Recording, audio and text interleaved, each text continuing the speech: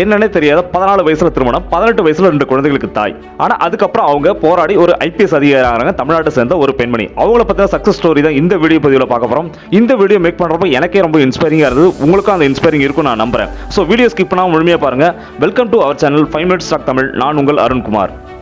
திண்டுக்கல் மாவட்டத்தை சேர்ந்த அம்பிகா அவர்கள் இவங்க இப்போ ஒரு ஐபிஎஸ் அதிகாரி. மும்பையில் இவங்க ஒர்க் பண்ணிட்டு இருக்காங்க. இவங்க லேடி சிங்கம் அப்படின்னு அழைக்கப்படுறாங்க. இவங்களை பத்தின சக்சஸ் ஸ்டோரியை இந்த வீடியோ பத்தியில நம்ம பார்க்க போறோம்.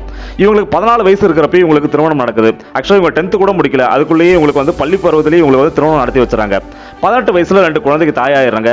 தன்னுடைய கணவர் வந்து ஒரு போலீஸ் கான்ஸ்டபிள். இவங்க கணவர் கூட ஒரு குடியரசு தின அணிவகுப்பு அவங்க பார்க்கறதுக்கு போறாங்க. அப்போ ஒரு இளம் ஐபிஎஸ் அதிகாரிக்கு மற்ற எல்லா ஆபீசரும் அவருக்கு வந்து சல்யூட் பண்றாங்க. இது இவங்க மனசுல ஆழமா பதியுது. எப்படி இந்த இளம் வயசு போலீஸ்க்கு மற்ற போலீஸ்காரங்க எல்லாமே வயசுல மூத்தவங்களா இருந்தாலும் இவருக்கு வந்து மரியாதை பண்றாங்க அப்படின்னு சொல்லிட்டு இவங்க ரொம்ப ஆச்சரியப்படுறாங்க. அதை பத்தி தன்னுடைய கணவர்கிட்டையும் கேட்கறாங்க. அதுக்கு தன்னுடைய கணவர் இவர் வந்து ஒரு ஐபிஎஸ் அதிகாரி, ஸோ இவர் தான் இவருக்கு தான் நாங்கள் எல்லாருமே இருக்கோம் அப்படின்ற மாதிரி பதில் சொல்றாரு.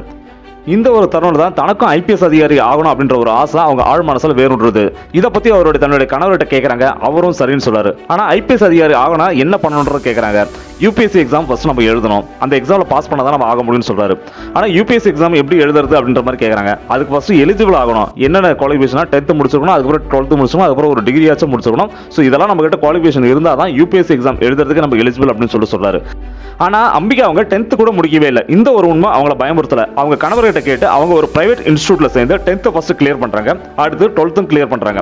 12th பாஸ் பண்ணதுக்கு அப்புறம் அவங்க ஒரு தொலைதூர கல்வி நிறுவனத்துல சேர்ந்து டிகிரியும் முடிக்கிறாங்க. இப்போ யூபிஎஸ்சி எக்ஸாம் எழுதுறதுக்கு அவங்க எலிஜிபிள் ஆயிட்டாங்க. இப்போ யூபிஎஸ்சி எக்ஸாம் கிளியர் பண்ணணும்னா என்ன பண்ணணும் அப்படின்றது கேட்கறாங்க. யூபிஎஸ்சி எக்ஸாம் ஃபர்ஸ்ட் கிளியர் பண்ணணும்னா மொத்தம் 3 ஸ்டேஜ் இருக்கு. ஃபர்ஸ்ட் பிரிலிம்ஸ், ரெண்டாவது மெயின்ஸ், மூணாவது இன்டர்வியூ. இந்த 3 ஸ்டேஜை கிளியர் பண்ணாதான் அடுத்து போஸ்டிங் கிடைக்கும் அப்படின்னு சொல்றாரு. ஸோ இந்தியாவில் இருக்கிற ரொம்ப டஃபஸ்ட் எக்ஸாம் எழுதுனா இந்த யூபிஎஸ்சி எக்ஸாம் தான். இந்த யூபிஎஸ் எக்ஸாமுக்கு வீட்ல இருந்து படிச்சா சரியா இருக்காதுன்னு சென்னையில ஒரு நல்ல இன்ஸ்டிடியூட்ல சேர்ந்து அவங்க கைடன்ஸ்ல படிச்சா நல்லா இருக்கும்னு அவங்க நினைக்கிறாங்க. அதை பத்தி அவங்க கணவர்கிட்ட அனுமதி கேட்கறாங்க. அவரும் அனுமதிக்கிறார்.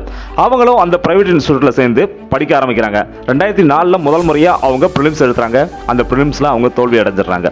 2005 வருஷமும் மறுபடியும் பிரிலிம்ஸ் எழுதுறாங்க, மறுபடியும் தோல்வி அடைஞ்சிடறாங்க. 2006 வருஷமும் அவங்க பிரிலிம்ஸ் எழுதுறாங்க. அந்த வருஷமும் அவங்க தோல்வி அடைஞ்சிடறாங்க. ஸோ 3 வருஷம் கிட்டத்தட்ட வீணா போயிடுச்சு. 3 முறை எழுதியும் பிரிலிம்ஸ்லயே நம்மளால கிளியர் பண்ண முடியல அப்படின்ற மாதிரி அவங்க கணவர் நினைச்சு, நீ படிச்சதெல்லாம் போதும், நீ கிளம்பி வீட்டுக்கு வா அப்படின்னு சொல்றாரு. அவங்க கடைசியே ஒரே ஒரு வாய்ப்பு மட்டும் கொடுங்க, இந்த வருஷமும் நான் பிரிலிம்ஸ் கிளியர் பண்ணல அப்படின்னா நான் வீட்டுக்கே வந்துடுறேன் அப்படின்ற மாதிரி சொல்றாங்க. அவரும் ஓகே சொல்லிட்டு கடைசியா அவங்களுக்கு ஒரு வாய்ப்பு கொடுக்குறாரு. இப்போ அம்பிகா கிட்ட இருக்கிறது ஒரே ஒரு வாய்ப்பு தான். அதனால வாய்ப்பை விட்டுவிடக்கூடாதுன்னு வைராகியமா அவங்க ப்ரிப்பேர் பண்றாங்க. இந்த முறை பிரிலிம்ஸ் எக்ஸாம் எழுதுறாங்க. ரிசல்ட்டும் வருது. ரொம்ப பயந்துகிட்டே போய் பார்க்கறாங்க. ஆனா அந்த பிரிலிம்ஸை கிளியர் பண்றாங்க. அடுத்த நிமிஷமா அவங்க மெயின் எக்ஸாமுக்கு ப்ரிப்பேர் பண்றது ஸ்டார்ட் பண்றாங்க.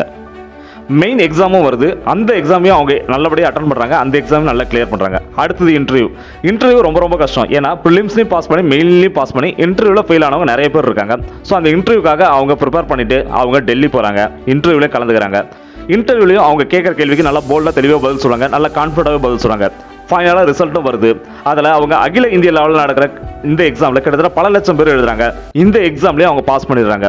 அவங்க இப்போ மும்பையில் ஐபிஎஸ் அதிகாரியாக இருக்காங்க. லேடி சிங்கம் அப்படின்னு அழைக்கப்படுறாங்க.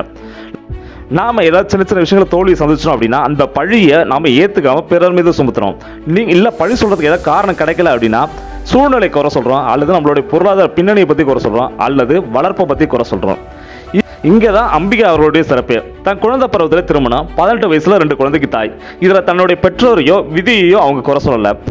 அவங்க ஐபிஎஸ் அதிகாரி ஆகணும் மன உறுதியோடு இருந்ததுனால தான் அவங்க கணவரும் ஆதரவு கொடுத்தாரு. அதனால தான் அவங்களால ஐபிஎஸ் அதிகாரி ஆக முடிஞ்சிச்சு. இந்த மாதிரி ஒரு சூழ்நிலையில் இருந்து அவங்களால ஐபிஎஸ் அதிகாரி ஆக முடிஞ்சிருக்கு அப்படின்னா உங்களாலையும் கண்டிப்பா முடியும் தானே. உங்களோட டார்கெட் என்ன, உங்களோட கோல் என்ன, அதை நோக்கி மட்டும் செயல்படுங்க. மன உறுதியோடையும் மன தைரியத்தோடையும் செயல்படுங்க.